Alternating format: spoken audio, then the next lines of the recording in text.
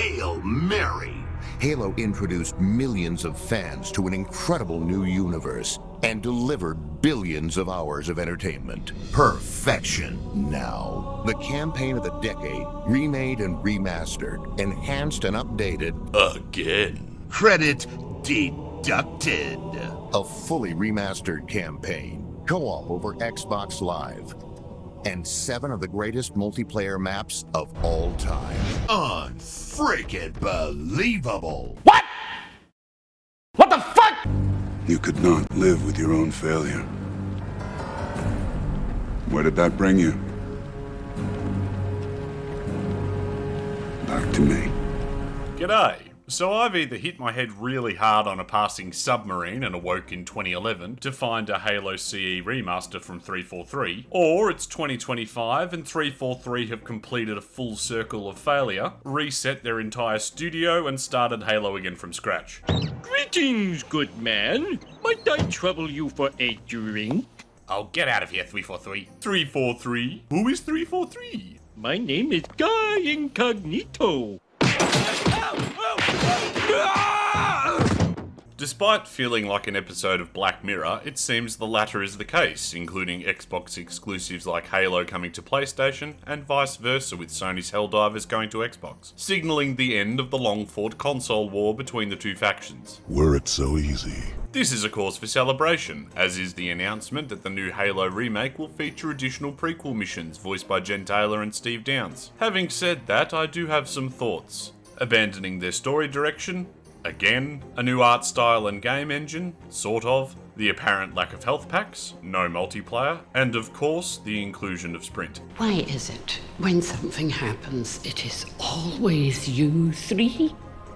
I know it's been a hot minute since I spoke about Halo, but since my latest Star Wars deep dive is currently in copyright purgatory as I wage a fair dealing dispute with Disney, Your move. You fool! now felt like an appropriate time to offer my brainless wisdom. Regardless of the rebrand, Halo Studios is not Halcyon-era Bungie, but nor is it technically the same 343 Industries that made Halo 4, 5 and Infinite. With many of the previous crew, including Josh the Heretic Holmes, Kiki Chief is Human Wolfkill, Frank It's Kind of Like Porn O'Connor, and Bonnie I Promise Split Screen Moving Forward Ross abandoning the sinking ship. In fact, even Halo Studios has had a high turnover of staff since the game went into development. That said, I guess we need to ask, can we trust Halo Studios? Do they understand the Halo DNA that made the first 5 titles the kings of the Xbox and 360 era, and some of the greatest console first-person shooters of all time? Or will Campaign Evolved just be more of the same mismanagement, wearing the iconic Mark V armour as an uncanny Unreal 5 engine skin? There is much talk about the new Halo. And I have listened through rock and metal and time. Now I shall talk, and you shall listen.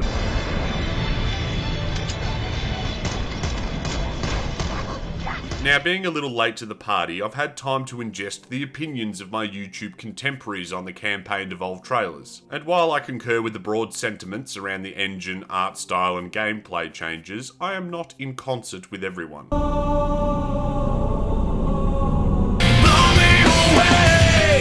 In my measurement, consistency to continuity is more key than hyper-faithful replication, both of which are elements that the former 343 Industries has struggled with. Attempting to bring a little franchise design consistency to the table with their first Halo CE remaster, overlaying the original models with Reach-era skins, to mixed results. Oh my god, what's wrong with his face? Guys, are you seeing this? What the hell's wrong with his face? And to light and spit polish every piece of Forerunner architecture to the point of new car smell to better align with their upcoming Halo 4, only to seemingly abandon that attempt at consistency within their first new title, using post-war Covenant and Spartan designs in their cutscenes that were supposed to be set during the Human Covenant War, bursting the all-important immersion bubble for nitpicky lore readers like myself, compounded with another change in art style for Halo 5 before spiritually returning to the Bungie aesthetic in Infinite. While I can at least appreciate appreciate the intent to better align Halo Reach with CE Anniversary, the intent is only as good as its execution,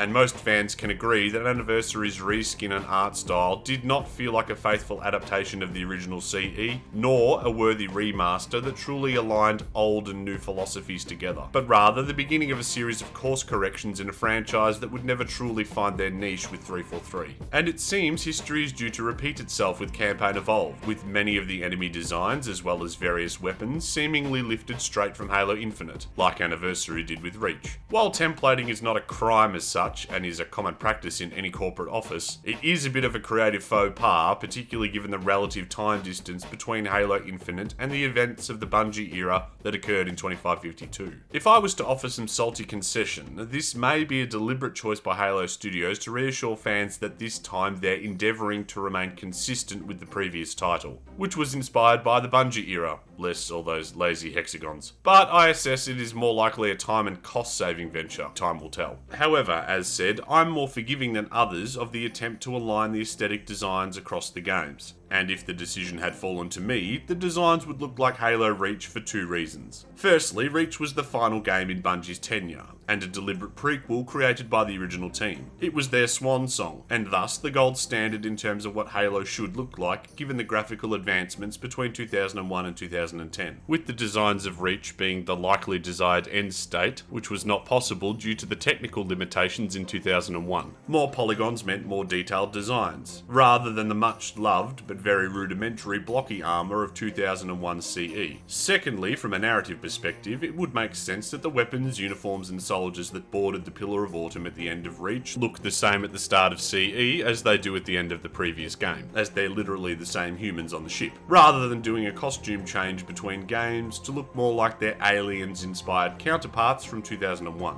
I appreciate that this sentiment makes me sound like someone that lacks reverence for the OG CE, which I can assure you is not the case. Halo CE released on my 11th birthday and would have a marked effect on my life both personally and professionally. I cherish it dearly. That said, I am a firm believer in respecting the wishes of the original creators, including their innovations and revisions, meaning that I fall firmly within the Halo Reach camp and its various sandbox design and gameplay inclusions as the last stamp of approval from Bungie, rather than being fiercely loyal to designs that are the product of their hardware limitations. My take is not often shared by my contemporaries, whom would much rather have things stay the way they were, which is a question of primacy versus recency, or in this case, recency.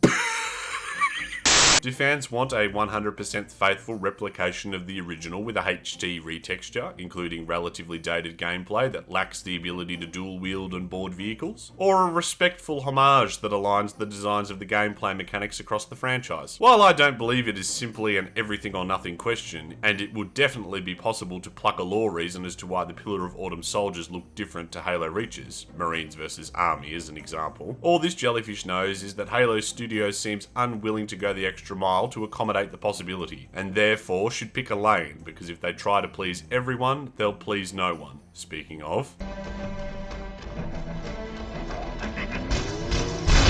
Sprint has been a polarising topic since its first inclusion in Halo Reach, and then its subsequent tweaks across 343's trilogy. There are those like myself that don't mind the mechanic in principle. Why wouldn't a Spartan be able to sprint? Whereas others see it as the Trojan horse that led to the codification and homogenisation of mechanics that made Halo feel like every other FPS. Regardless, it has once again been included in Campaign Evolved. Sort of. Now, I'm no gameplay designer, but if there is so little value assigned to a mechanic that it can be turned off and not cause any detriment to the gaming experience, why has it been included in the first place? Will enemy movement speed be boosted if it's turned on? How are the levels scaled to accommodate the additional speed, and do they change based on the setting? There are multiple factors that need to be considered, but the most apparent to me is a fundamental one that should be underpinning every decision being made for Campaign Evolved, which is, who is Halo being made for? Again, this feels like a question that 343 has struggled to answer from day one. Outwardly, the company will say some politically correct boilerplate thing as every other floundering AAA game developer does, which is something akin to our game is for everyone. Meanwhile, smaller indie developers have figured it out. A game for everyone is a game for no one. Speaking of Helldivers, their reload animation on the assault rifle is a more faithful CE remaster than Campaign Evolved. Sorted out, Halo Studios, it's clearly not that hard. The point? Under Bungie, Halo had a very identifiable and consistent identity. It was a console party shooter, rated M. The target audience for that? Probably boys around the age of 15 that wanted to play with their mates. We're talking in general marketing terms here, please don't at me about sexism, I know there are plenty of girls that like Halo. But I suspect they are the minority in this equation. My point is, if you know your target audience, you can better cater to their wants and needs, which is something Bungie did to damn near perfection with their rule of cool approach to game design. A blank slate power fantasy avatar who quips as required. Tell that to the Covenant.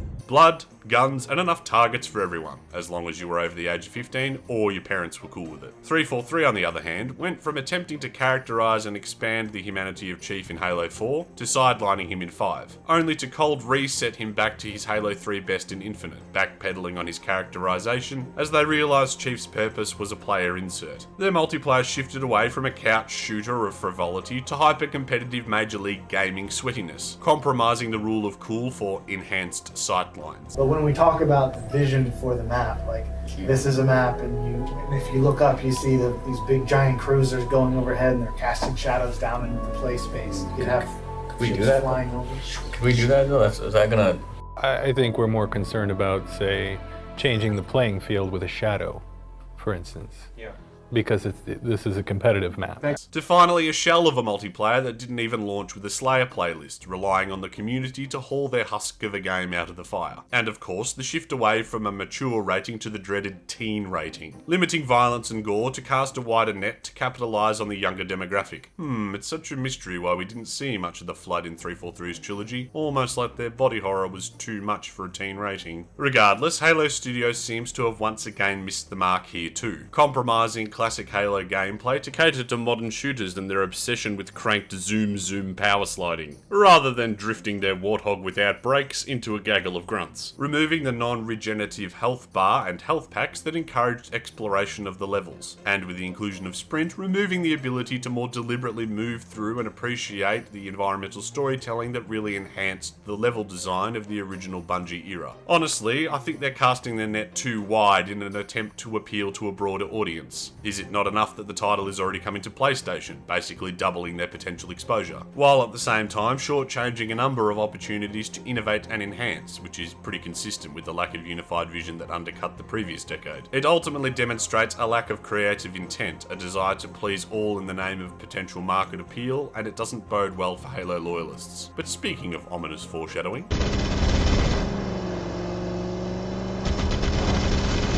each Bungie title added something new to Halo, not only in the campaign and sandbox, but also to the wider experience of multiplayer. First there was split screen and system link, through to Xbox Live, to Theatre and Forge, and eventually Firefight. 343 started strong, but the omissions at launch shrank with each title as they tried and failed to do their own thing. Spartan Ops lasted all of 2 seasons, proving repetitive in level design and gameplay, ultimately creating story confusion in Halo 5 for those who didn't realise it was required viewing. Oh, that's why Halsey only has one arm. Warzone had PvE potential, but was a rec pack microtransaction riddled blemish with performance issues. And Infinite was just like, you guys had Slayer, Firefight, and a functioning theatre mode? So in a weird way, Campaign Evolved feels like the perfect evolution of 343's multiplayer arc. After all, you can't screw it up if you don't include it. In retrospect, 343 was so desperate to make their Halo that they missed the point entirely, overcorrecting with each title and innovating for the sake of it, rather than having some story conviction and building on what had come before. And where did all that innovation, including investing around $500 million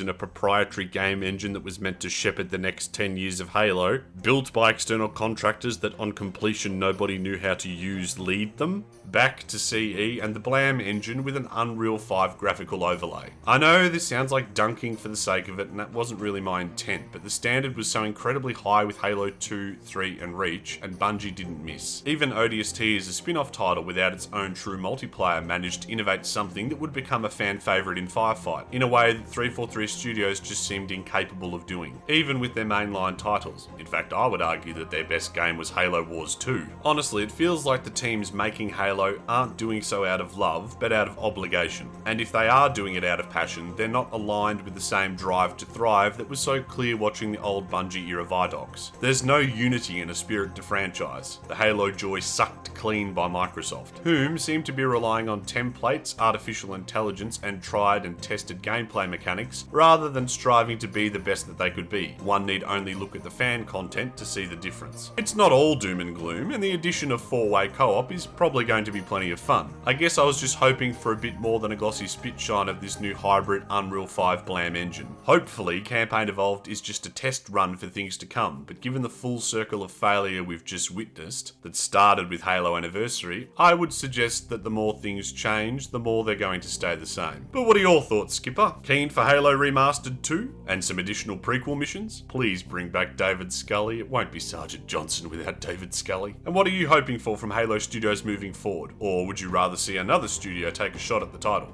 Let me know in the comments. But until next time, hooroo mate.